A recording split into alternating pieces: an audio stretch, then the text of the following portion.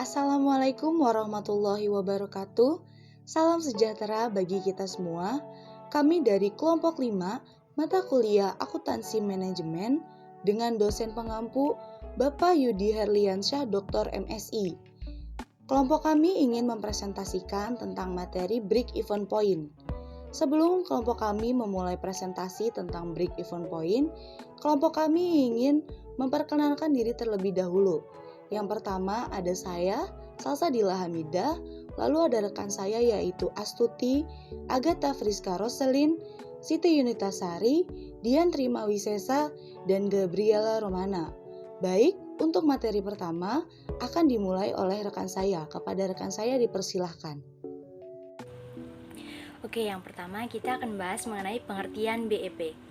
Dalam ilmu ekonomi tidak jarang kita menemukan bahwa istilah break-even point atau biasa disebut dengan BEP itu sering muncul pada artikel bisnis yang mengulas keadaan yang terjadi di sebuah perusahaan. BEP yaitu titik di mana pendapatan dan modal yang dikeluarkan berada di titik yang sama sehingga tidak ada kerugian maupun keuntungan. BEP sendiri seringkali menjadi indikator investor untuk menginvestasikan modalnya. Break-even point juga terjadi saat operasional perusahaan memakai biaya tetap dan jumlah penjualannya hanya cukup untuk memenuhi biaya tetap dan biaya variabel. Perusahaan akan mengalami kerugian jika penjualannya hanya cukup untuk menutup salah satu biaya yang dikeluarkannya. Sedangkan perusahaan akan memperoleh keuntungan jika profit itu penjualannya melebihi biaya tetap dan biaya variabel yang telah dikeluarkan. Adapun pengertian BEP menurut para ahli, itu yang pertama, menurut Garrison dan Noren, pengertian BEP adalah sebagai jumlah penjualan yang harus dicapai untuk memenuhi biaya operasional yang telah dikeluarkan oleh perusahaan secara keseluruhan. Pencapaian BEP dilihat dari jumlah nilai jual produk di mana perusahaan mendapatkan keuntungan dari laba bersih dengan nilai yang sebanding dengan biaya produksi. Seorang ahli manajemen, Abdullah, mengatakan pengertian BEP adalah salah satu indikator yang menjadi tolak ukur analisis cost volume profit. Manajemen perusahaan bisa memutuskan harga jual suatu produk setelah melihat kondisi keuangan perusahaan dengan mengkaji beberapa hal. Hal yang perlu dikaji berkaitan dengan BEP itu sendiri, seperti penentuan minimal angka produksi, penentuan jumlah minimal produk atau jasa yang terjual, serta menentukan persentase maksimal penurunan penjualan yang masih bisa ditoleransi. Kalau menurut Bambang Rianto, Roni, dan Heri Simamora, itu adalah pengertian BEP sebagai jumlah pendapatan yang dihasilkan dari volume penjualan dan memiliki nilai yang sama dengan jumlah biaya yang digelontorkan perusahaan selama produksi. Maka pada titik ini perusahaan tidak mengalami kerugian ataupun laba. Ada lagi nih, menurut praktisi pendidikan ekonomi bisnis PS Jarwo, Sigit, dan Mulyadi, yang mengartikan BEP adalah suatu cara yang digunakan oleh para pebisnis, baik itu pemula maupun yang sudah profesional, mengenai pencapaian minimum volume penjualan agar bisnis yang tengah digeluti tidak mengalami kerugian ataupun keuntungan di angka yang nol. Orang-orang mengatakan titik nol ini adalah titik impas di mana perusahaan atau bisnis tidak mendapat untung ataupun rugi. Manfaat break-even point. Break-even point juga memiliki keunggulan, yaitu dapat diterapkan baik pada usaha kecil maupun usaha besar. Manfaat BEP ini adalah yang pertama, untuk mengetahui biaya total produksi. Keuntungan pertama dari BEP adalah untuk menentukan total biaya yang dikeluarkan selama proses produksi satu set barang saat perhitungan. Impas semua biaya produksi dihitung secara otomatis mulai dari biaya tetap hingga biaya variabel. Yang kedua, sebagai dasar perhitungan laba. Tentu saja untuk mendapatkan harga jual produk yang menguntungkan, kita perlu menghitung BEP dan margin keuntungan. Margin keuntungan adalah ukuran atau untungan untuk setiap produksi yang dijual. Yang ketiga, estimasi waktu balik modal. Biasanya perusahaan mengalami kerugian pada awalnya karena kesadaran merek mereka tidak berkembang dengan baik.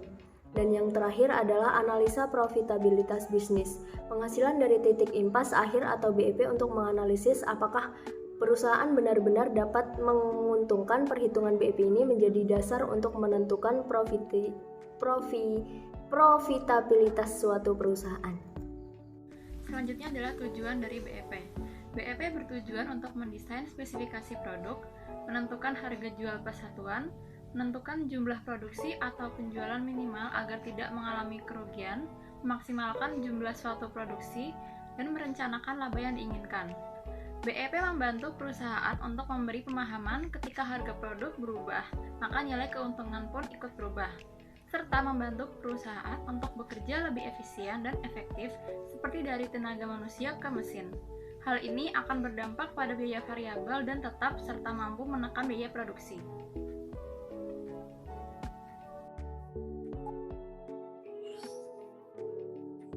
Selanjutnya ada 5 elemen penyusun dalam BEP, yaitu yang pertama ada biaya tetap atau fixed cost. Biaya tetap yang menjadi komponen pertama dalam perhitungan BEP ini adalah sebuah biaya yang tetap harus dikeluarkan perusahaan saat tidak berproduksi atau terdapat perubahan produksi. Maksud dari perubahan produksi adalah ketika kemampuan produksi perusahaan berubah dari waktu ke waktu.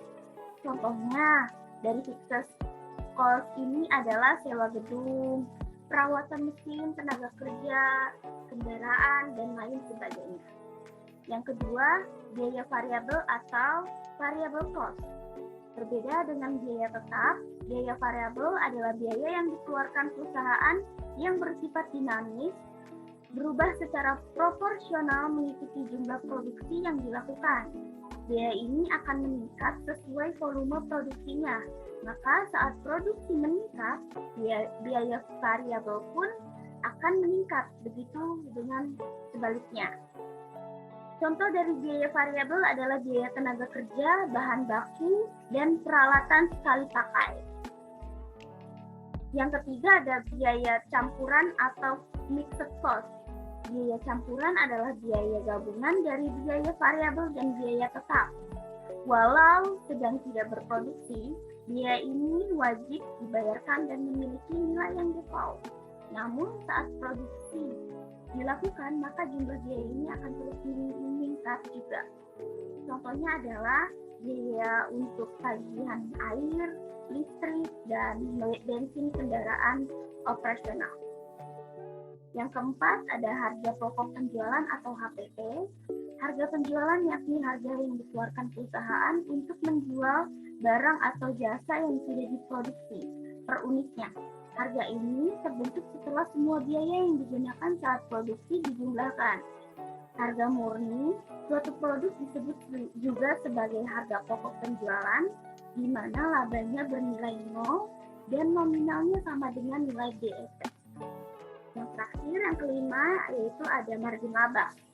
Elemen terakhir yang menyusun perhitungan BEP adalah margin laba atau keuntungan.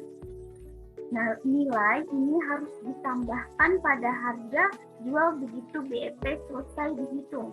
Tidak ada aturan khusus tentang aturan nilai pada bagian ini. Besarnya nilai ditentukan oleh perusahaan berapapun nominalnya dan sesuai dengan harga jual yang diinginkan.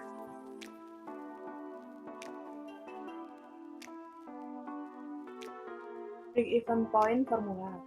Untuk mencari break-even point, menggunakan rumus fixed cost dibagi dengan sales price per unit dikurangi variable cost per unit, atau bisa menggunakan rumus fixed cost dibagi dengan contribution margin per unit. Baik, di sini ada contoh soal untuk menghitung break-even point. Nah, dari contoh soal yang ada, maka terdapat penjabaran biaya yang dikeluarkan untuk operasional sebagai berikut. Yang pertama, total biaya tetap sebesar Rp50 juta, lalu biaya variabel per unit Rp30.000, harga jual per unit Rp50.000, dan keuntungan yang diinginkan sebesar Rp20 juta. Dan cara menghitung break-even point yang pertama yaitu BEP sama dengan total biaya tetap dibagi margin kontribusi. 50 juta dibagi 50.000 dikurang 30.000, maka hasilnya 50 juta dibagi 20.000 sama dengan 2.500 per unit. Artinya, perusahaan harus menjual 2.500 unit agar tidak mengalami kerugian dan tidak memperoleh keuntungan atau bisa dikatakan sebagai break even point. Untuk BEP dalam rupiahnya, harga jual per unit dikali BEP per unit, yaitu 50.000 dikali 2.500 unit sama dengan 125 juta rupiah.